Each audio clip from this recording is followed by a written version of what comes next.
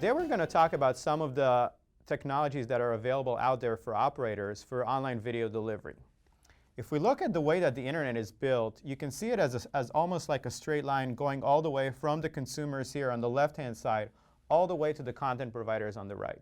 If your content comes all the way from California, but the consumers are all the way out in New York, you need a way of bridging that gap in the overall distance. The different technologies are actually categorized whether they're transit solution or backbone solution.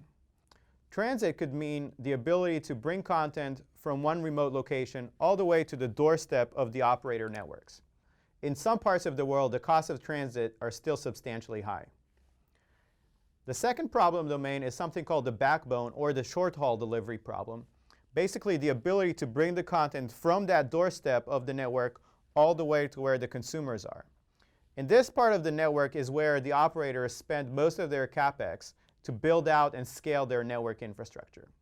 The first technology that's been around for over 15 years and used by many content providers throughout the world is something called a CDN, or a content delivery network.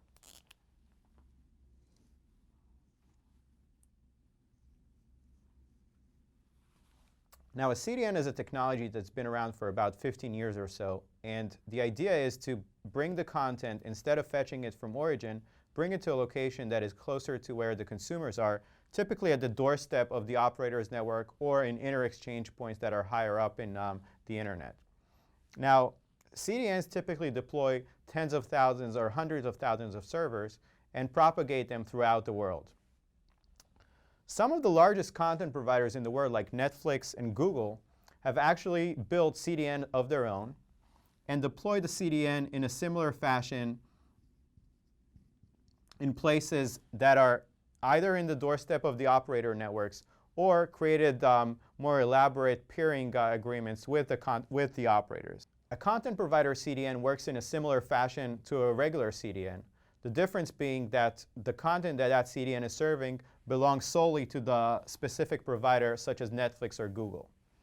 But another key point to mention with regards to both types of CDN is that there needs to be a commercial agreement between the owner of the CDN and the owners of the content. A third transit solution that has been used in the last couple of years is something called transparent caching. Transparent caching has been primarily used in locations of the world where transit costs are substantially high.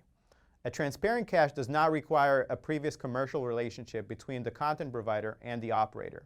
The way that it works is it serves content from a broad content source across all sites, and it does not change anything in the business logic of the content provider, nor require any changes from the consumers themselves. Another technology that has seen its way into networks in the last few years is something called an operator CDN.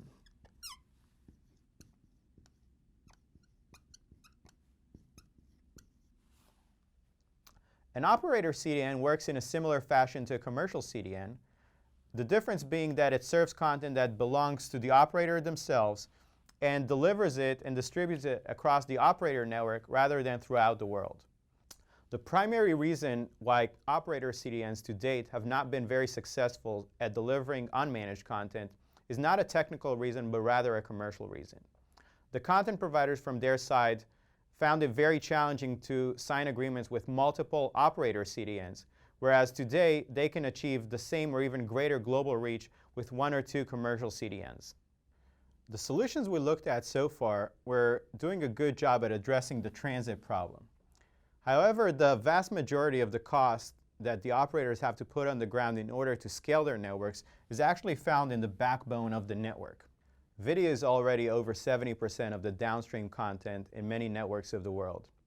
So the idea, in order to really address the scaling of the network, is to bring the content delivery function as close as possible to where the consumers are, to the subscriber edge of the network. We at Qwilt have pioneered a technology that is able to do that and perform video delivery across all content sites, both managed and unmanaged, at scale from the subscriber edge. The technology is completely universal and works across all content sites, and it is able to deliver the most popular content from the subscriber edge at close proximity to where the consumers actually are. The effects of that is that instead of scaling the backbone of the network in an inefficient way, Qwilt is actually able to reduce the flow of video traffic by over 50%, meaning that instead of simply throwing bandwidth at the problem like operators were used to doing so far, they're able to scale the network in a much more efficient manner. Another great benefit of content delivery next to where the consumers are is that quality of experience for online viewing of all content types, both managed and unmanaged, is now substantially improved. This is a great benefit for the operators as well as the content providers, as their consumers are getting a great quality of experience. Qwilt's Universal Edge solution enables the reduction of online video traffic by over 50%, achieving return on investment in as low as 12 months in most operator networks where we're deployed at.